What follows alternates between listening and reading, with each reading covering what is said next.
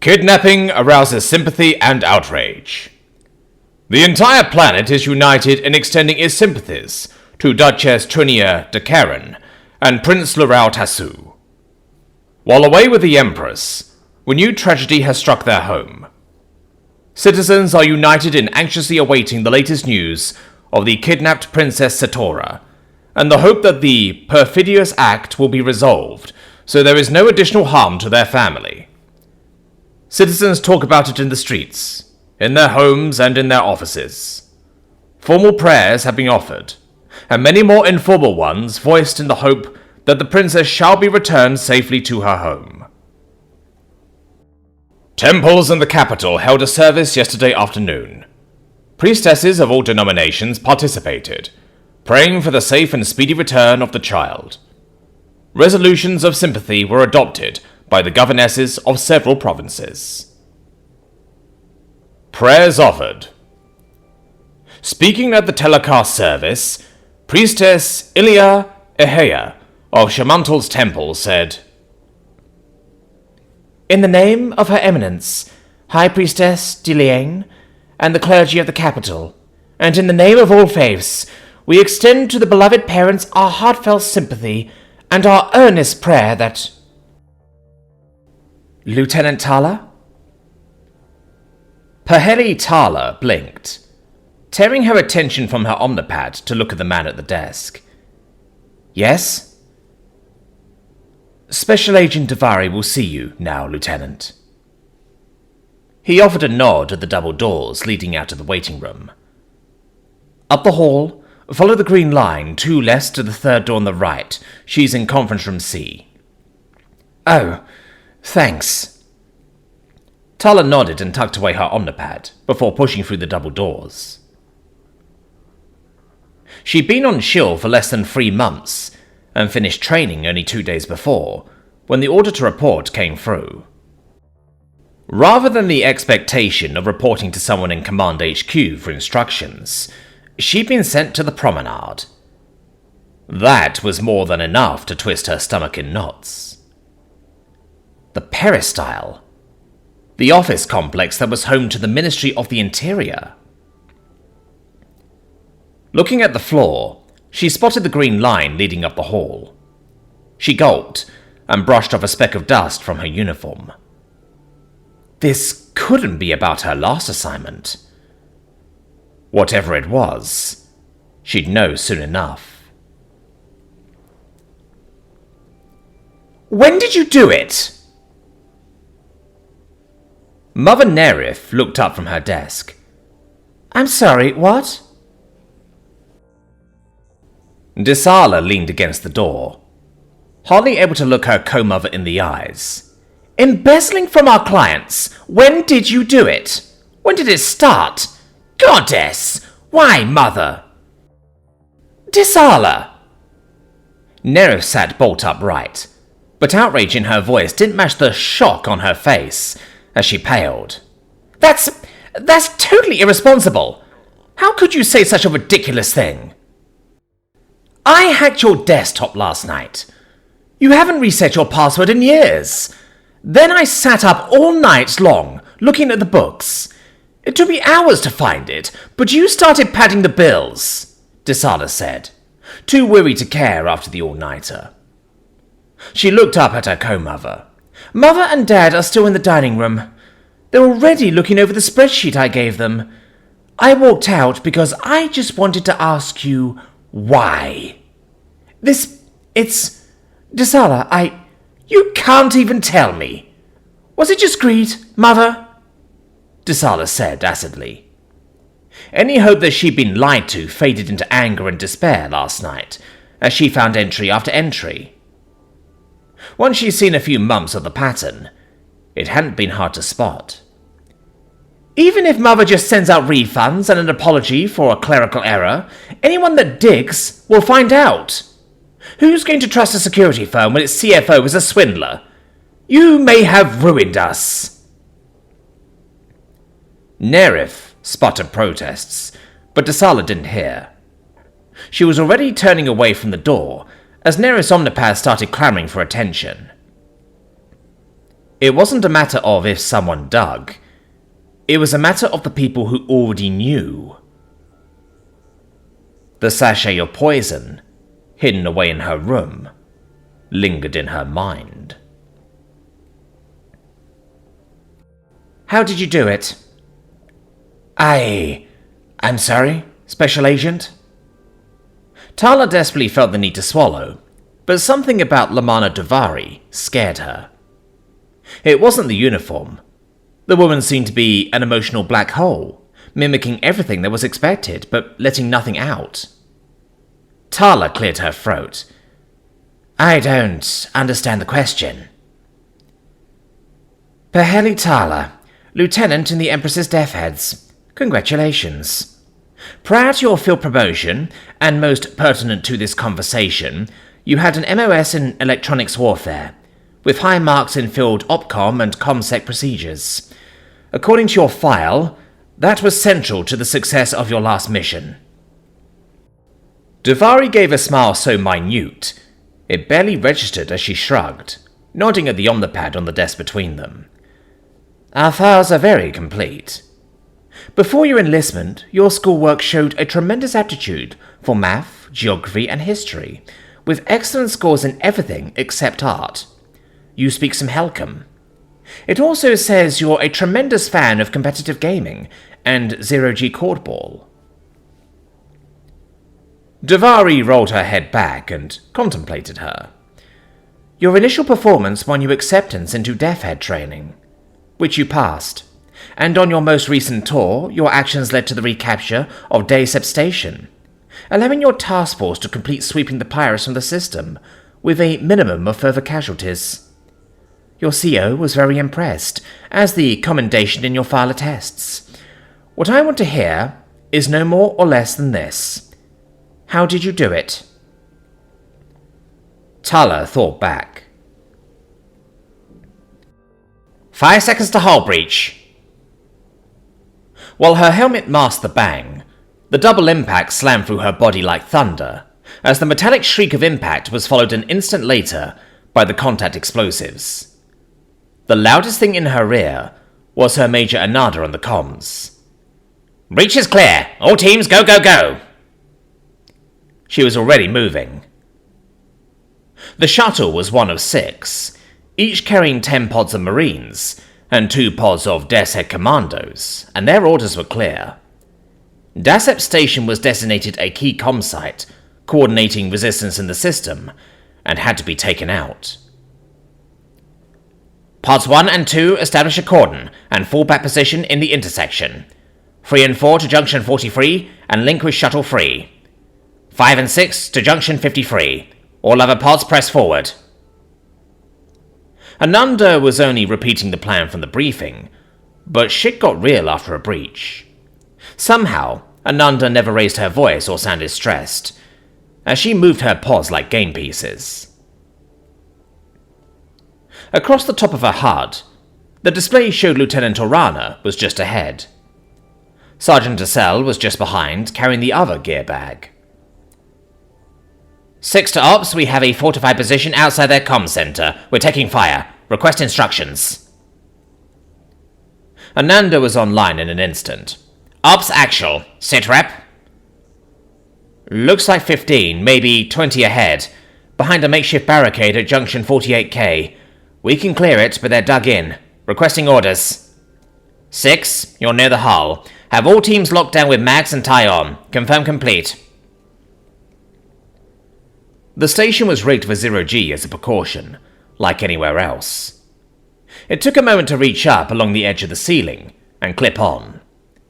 Around the corner from the barricade, pods reported in. Ops, all teams locked down. Seconds passed before light flared around the corner. She had a moment to see it before the world shook wildly, tossing the boarding teams about, as explosive decompression vented atmosphere into the black. On each end of the corridor, pressure doors slammed closed, and the thrashing subsided as quickly as it came. 6 to Ops. Hostiles are clear. Proceeding to CNC. It was a breaching charge. Our major called a strike on the corridor. After that, it was just a mop-up action." "You're being modest." Davari turned over one hand. Tala was beginning to think that was as expressive as the woman got. "There wasn't much to it after that." "Your lieutenant was killed during the action. That's hardly without consequences." Davari leaned back in her chair. "I understand that once you accessed their main computer, you tore through the system intrusion countermeasures with admirable results." "Consequences? Ma'am, when we got to CNC, the only thing of consequence was how long the signal for surrender had been going out. Sure, Dayseb was a key logistics center, but there must have been at least 5,000 sentients on board. They had families. They were broadcasting a surrender and we never heard it because our command staff wanted to make a statement to the rest of the system. We shut down the pirates at the cost of almost 3,000 civilian casualties." "A stressful situation, I'm sure. However, that wasn't under my watch, and so it doesn't concern me, Lieutenant." Davari brushed the matter aside, her eyes boring into her like bottomless pits, the gold irises like burning portals into the deep. "I see you've completed your therapy. What I need to know is if you are capable of taking on another extended tour in ship-like conditions without succumbing to undue strain. I've had less than a week to revamp and upgrade half a task force, and I need my candidate in place no later than tomorrow evening. So I need to know if you are capable, and I need to know right now." "I'm mission capable, Special Agent." The words were firm as cast titanium. "Very good." Aside from lifting her chin briefly, Davari's expression hadn't changed. Tala wondered if that was the woman's version of a hearty welcome, as she swiped over a file to Tala's omnipad. "Report to the shuttle on time. There's only one, and it will be taking you to a secure location. Welcome to family protection." "Thank you, ma'am." Tala sat through the rest of the briefing. A quiet bunker assignment for months, right here on Shill, but no time off. The need for a complete security overhaul. It sounded too good to be true. Maybe that was because she'd never taken the pills for her therapy. "Where did you do it?" Trillia whispered into Sephi's ear, as they drove her back to the academy. Her mothers were sitting on either side of father, and she leaned back over to whisper, "What?" "You said you saved your professor's life. Where was it?" "That's the library over there." She nodded off across the commons, as their sedan rolled slowly towards her dorm. Sephi watched the library roll past with a sickening feeling, yawning in her stomach. Her mothers had already made their plan, just like they always did. It didn't matter what she wanted, as long as it fit with the family plan. The library went out of sight as they rounded the drive toward her dorm.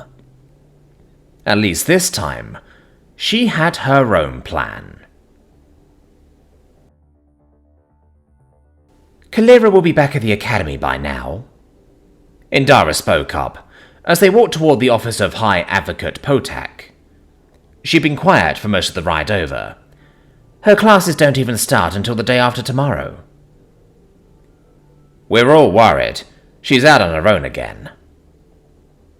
Adam slipped away from Ferry's side and edged in towards Classy as they walked. "Still, she's got more protection than ever now, and is what she wanted. She's making her own choices." "That doesn't mean I have to like it." Classy shook her head. Long dark hair flowed around her shoulders. "She's dug into things before we were back on the ground, and she's right. There have been times I thought Kama had garden moss smarter than she is, but we wouldn't be wrong to suspect her people in this." Classy's shoulders slumped ever so slightly. On the other side of Adam, Slip gently nudged up against her. "Look, you're helping her out. Somebody's got to think about the line of succession, and nobody's going to want to talk about it for weeks when the Empress returns. Everyone is going to be dealing with the funeral. then a month of mourning. Plenty of people will be thinking about it, Sel said. It just won't be good manners to talk about it for a while. Not openly. At least if I'm asking on Camordri, Laurel and Kalira's behalf, it doesn't look like I'm angling for it, Classy said darkly. Speaking with Potak will at least table the discussion, but there will have to be a discussion once the Empress returns to her work. Karma's a tough bird. Adam squeezed Classy's hand and took Sel's as she rotated in to walk at his right. I know she's going to be broken up, but Kalandri knew the risks. She was a good soldier. Anyway, a month with nothing to do. She'll be going apeshit by the end of it. Probably be sending Samila to ask questions on the sly before the first week is up. At least Potak will be able to set a motion once it's not in bad taste, Ferry offered, as she slid in place beside Sel. Yeah, though, Potak. Fuck, that woman scares me, Adam muttered. Adam, you kill people and break things for a hobby. Indara glanced over at their husband indulgently. She's one elderly Adixie. That's because... Adam glanced up at Classy, pausing as a knot of people passed them by. That's because she's the one that puts a legal face on it. It's the right thing to do, Slip nodded, looking satisfied with herself.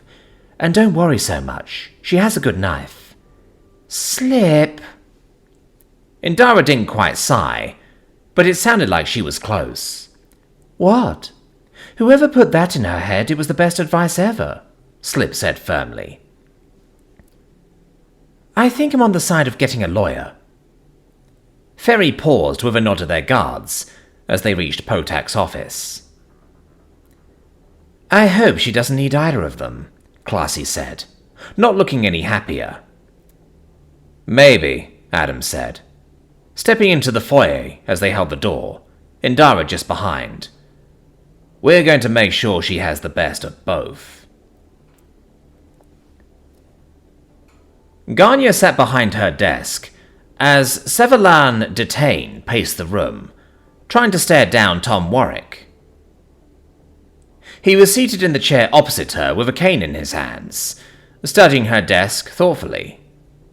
Perhaps it was the cane, but she wasn't making much headway and was growing steadily more agitated. I just want to tell you face to face, Professor, that I am going to be using my contacts to have you removed from this institution as a bad influence. Ganya raised an eyebrow ever so slightly. And I intend to tell you, Lady Detain, that I am going to use my influence with the alumni and the Minister of Education to keep him right here.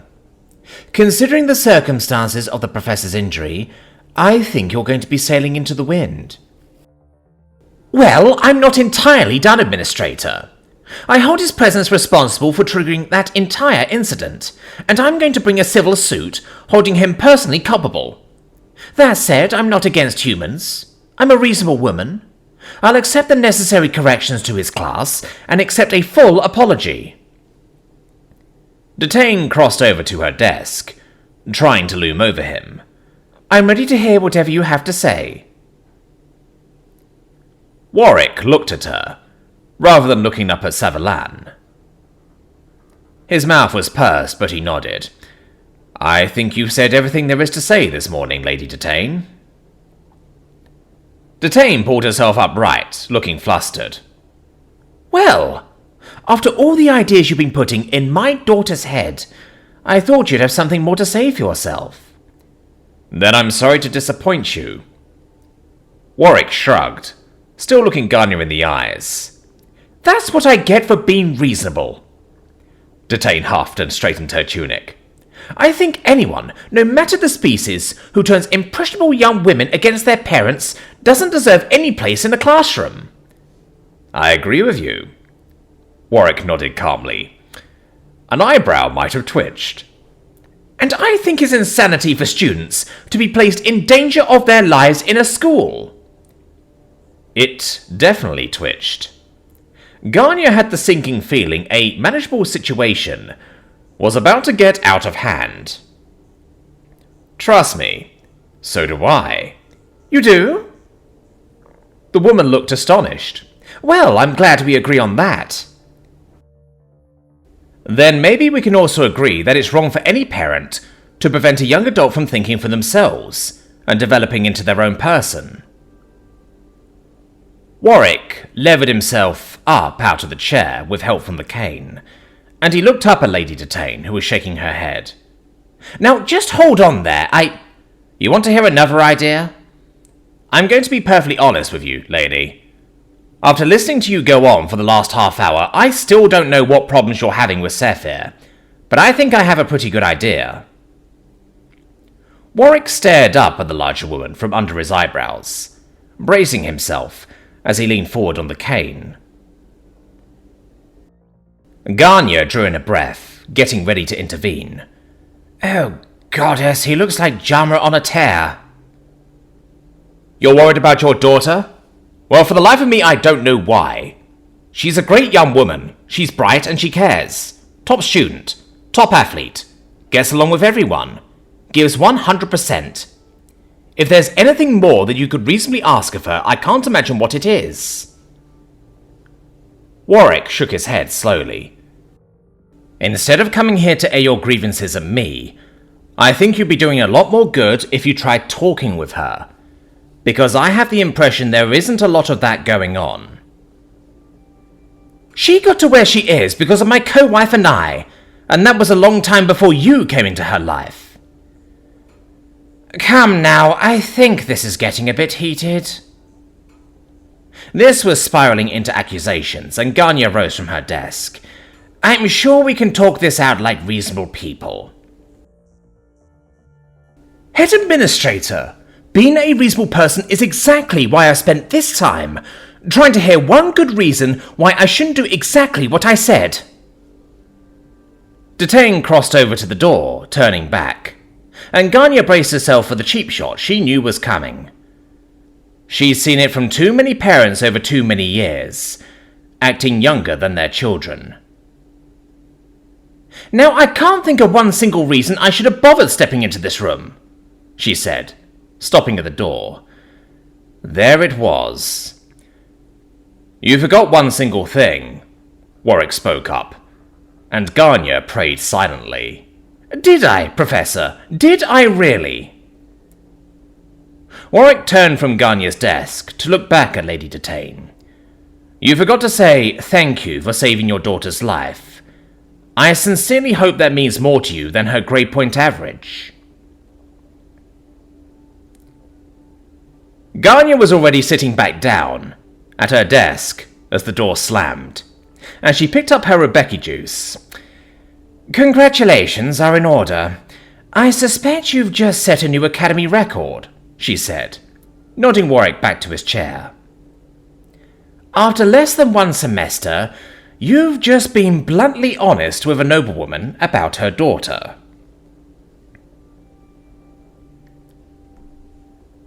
Melondi. She was Melondi again, but she wasn't. Back on campus, the school wouldn't start until the day after tomorrow. Some of the other girls were already back in the dorm, but she hadn't seen anyone besides Belder and Pris. That gave her time for one more errand, as Calera. She stood at the door and swallowed, despite herself, then rang for entry. A moment or two later, the door opened, and she heard the voice from inside. Come in. She stepped through the small foyer into the apartment single professors had. She'd only seen Professor Warwick's place with the other girls once or twice, and she really needed to check on him. The layout seemed the same, but this was someone's home. New territory in every sense. Lamana Davari stood by her couch, a mug of tea in her hand. She set it down and looked at her expectantly. She was calm, cool, waiting to see if she was dealing with Melondi or Princess Calera. She swallowed, wishing she knew the answer herself. Special Agent Davari, Professor Davari, wasn't giving any clues. "Thank you for seeing me," Blondie started. It sounded so indecisive. Goddess, this wasn't going the way she hoped. The woman was such a black hole. "I asked when I was back at the palace." That sounded better, and she raised her chin, looking the woman in the eyes. "I didn't know who my handler was for security, but I admit I was still surprised. A good cover needs to be complete, Your Highness. I was fortunate to have the skills needed as a musician." Davari might have glanced at the floor. After all the choir practices, it might have been the most self-depreciating thing she'd ever said. The moment passed, as Davari drew attention to herself. "Of course, I understand you being busy. If you wish to relieve me of my post, I can make the necessary arrangements. I didn't come here for that." She tried to hide the stammer of surprise, but at least it was something to go on. Of all the things to think of. "There was a breach in your security. I've taken all steps possible while maintaining your cover, given the setting, but there are limits. Still, I accept responsibility." "People were hurt, killed, but it could have been worse. No one expected a chemical weapon," she said hotly. "I'm not here to assign blame." Davari seemed to consider it a long moment before nodding curtly. "Very well. In that case, may I ask why you are here, Your Highness?" The emphasis was slight, but hadn't that been what she'd been asking herself? "I was told you're operating independently here. While my mother is away, that still means you answer to me, doesn't it?" Davari didn't reveal much, but it still seemed like she bristled at the question. "I have my area of expertise, Your Highness. I know that," she blurted out hurriedly. Davari had the courtesy, or at least the professionalism, maybe both, to stop, and cocked her head ever so slightly. She started again, taking a breath. "Special Agent, I know all about the things that I don't know. There are a lot of areas I have no experience in. That's why the palace lets the Imperial children hide away for a while, so we learn something about regular life. So if we end up joining the Navy or the Marines or just get married off, we aren't hopelessly inept." "As you say, Your Highness," Davari remarked, saying something without saying anything. "I understand that there's a lot I need to learn, but I'm relying on you to keep me secure here on the campus. I understand I don't have your skills, and I'm relying on you. I need to maintain my cover, Professor, but I know I need to call on you now." Perhaps it was being addressed as Professor, but Davari actually seemed to unbend, by a fraction. No longer the Iron Agent, she lifted her chin. The Iron Professor. It was scarily similar. "You have 8 pods of the very best women I could arrange for, watching over you around the clock, Miss Sandoka." "I appreciate that, because I'm pretty sure someone wants to kill me, Professor." "I'm quite certain of it," Davari replied coolly. If she hadn't been able to read the woman's file, she would have wondered if she was really on her side. "I appreciate that, and it reminds me, I want to meet with them, please.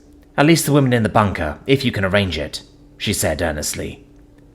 "With everything going on, I don't think there's going to be any outside help. I felt like I was jumping in shadows back at the palace. I didn't know who to trust except for my cousin." "Then I can be of some use in your education, I think. Let me give you a bit of advice."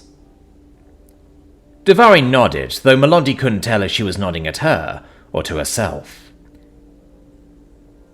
"I didn't expect it, but I already have an advisor," she said, trying to lighten the mood.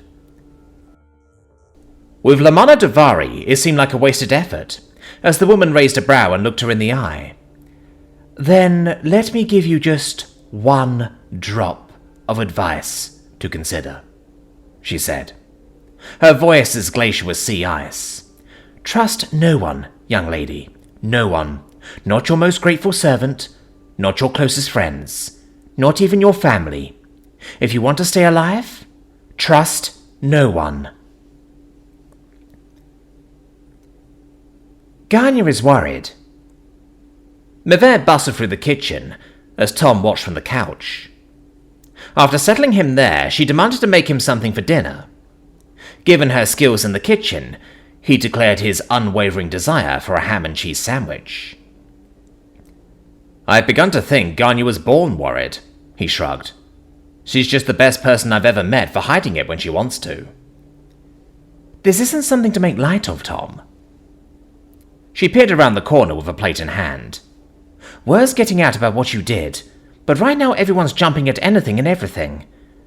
The news about Princess Satora has a lot of people upset, and they're focused on anything that stands out, looking for answers and where to place blame." "I think it's a pretty long reach to connect me to Princess Satora," he sighed, looking over to Miv. She was worried, and he didn't want to dismiss that, but still. "I don't want to admit it, but whatever's speeding up my muscles knitting hurts like hell when the pain meds wear off, and that meeting with her really took it out of me. We still have class tomorrow." He held up a hand. "No, you are not talking me out of it, but I could use a good night's sleep, love." "You're not going to sidetrack me with that, Tom," she said, sitting down beside him and offering over his sandwich. "Tomorrow is going to come, but we have to deal with this." "I know, Miv, I know. But I can't deal with it by changing who I am, teaching the only way I know how." He picked up the sandwich and gave her a grateful smile. "Whatever is going on in that family has nothing to do with the way I teach." "Ganya thinks you could have handled things better with Lady Detain. Couldn't you have tried to persuade her?" "I've made more than a few compromises, Miv," he said, reaching out to take her hand. "There are some I won't." "That's very human of you," Miv sighed and squeezed his hand. "You're our fiancé now, and just know that I believe in you. We'll get through this." "Well, guilty as charged. And you're right, we will." He squeezed her hand back. "Have I mentioned you make a pretty sexy mum now?" "I can't believe it!" Sefe shook her head, looking at her mothers in the living room of the Academy Hotel. "I hear you telling me, and I just can't believe it." "I think I've been pretty clear." Severlan poured herself another drink, while her birth mother patted her father's hand. "We're just trying to do the right thing for your sake," Sulin said. Her father sat quietly, but she was trying her best to calm his nerves. "You keep telling me what you want, and you keep telling me it's for my own good," Cephis said quietly, as she drew her omnipad out of her jacket. "I think it's time I do something more than just listen. I have listened to you both for my whole life, followed your plans, but now you're trying to justify ruining someone else's life? You've just gone too far." "Sefer?"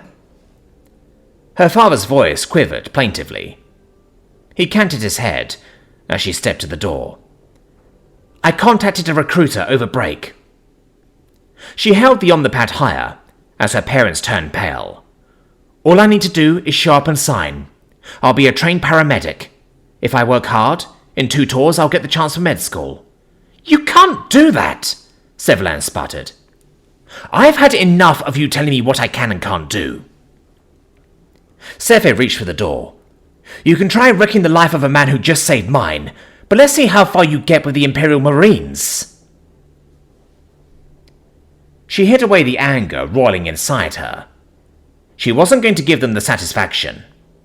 She spent a lifetime being the best daughter she could, all for what? How many times had her mother shut her down, walked out, or just not listened? As she pulled the door closed and strode up the hallway, she promised herself it would never become her habit. But just this once, it felt good. "Jabba, you must be kidding me." Tom rolled over on the couch and winced, but not from pain. While his side was mending and he was up for short distances, the meds he'd been given kept the pain of knitting tissues at bay, without him going loopy and studying his hand for an hour. No, the topic at hand was far more painful, and after Miv finally left for the evening, he pulled out his Omnipad to call as fast as he could. Miv and Shalea expect me to plan the wedding. I've never planned a wedding. I've never been to any of your temples. I've barely been off campus. Unless we can do it at the bar I went to and wrap it all up with the bachelor party, I haven't got a clue. Calm down, lad. Over the Omnipad, Jama Hameres chuckled wickedly. The older Shorvante's mirth wasn't helping. It's not that bad.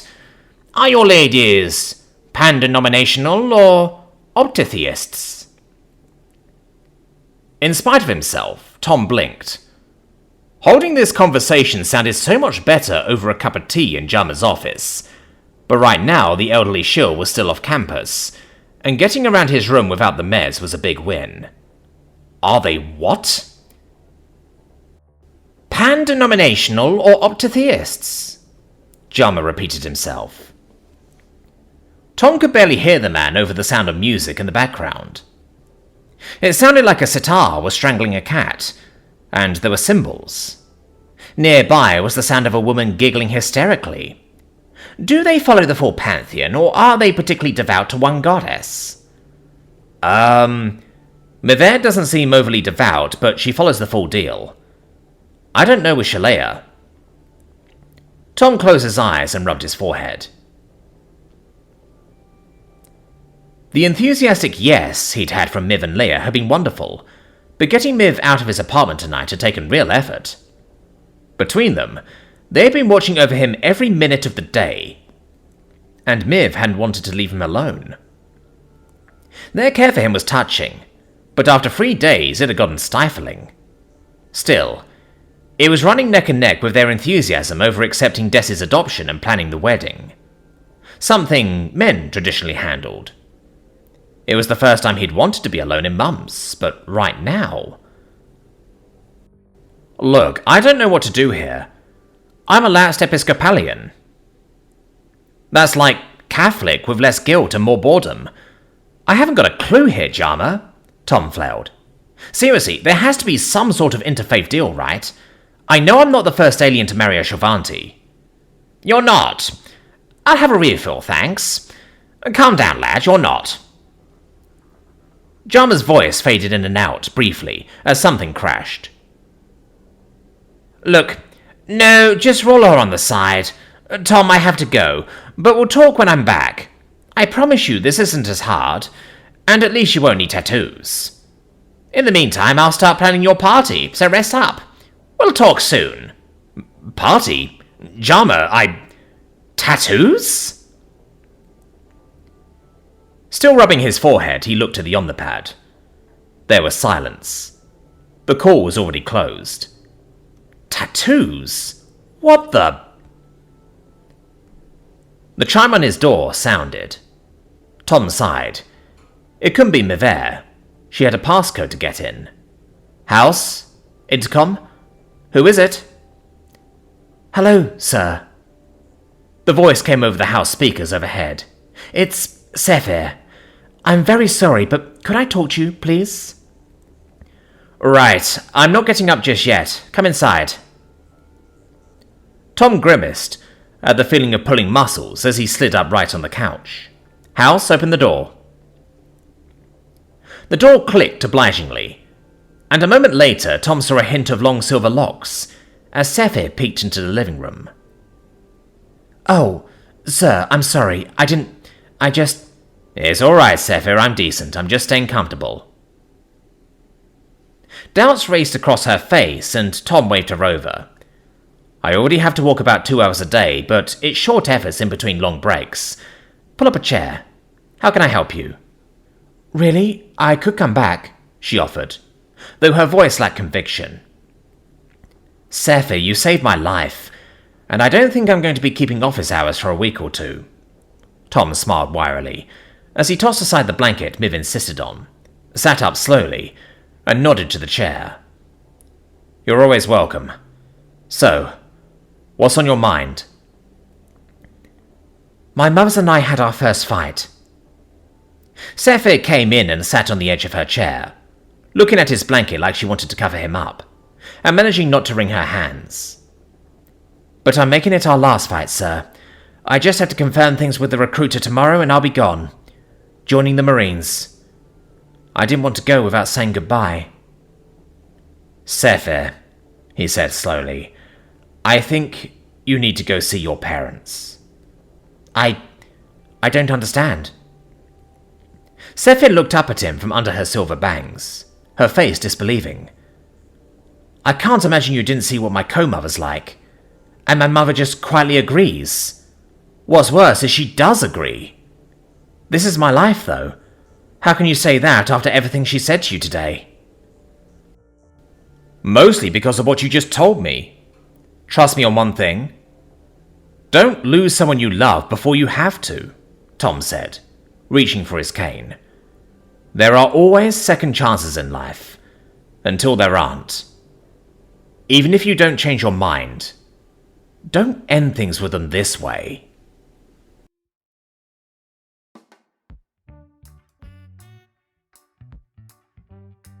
Detain crossed over to the door, turning back, and Ganya braced herself for the cheap shot she knew was coming. She'd seen it from too many parents over too many years, acting younger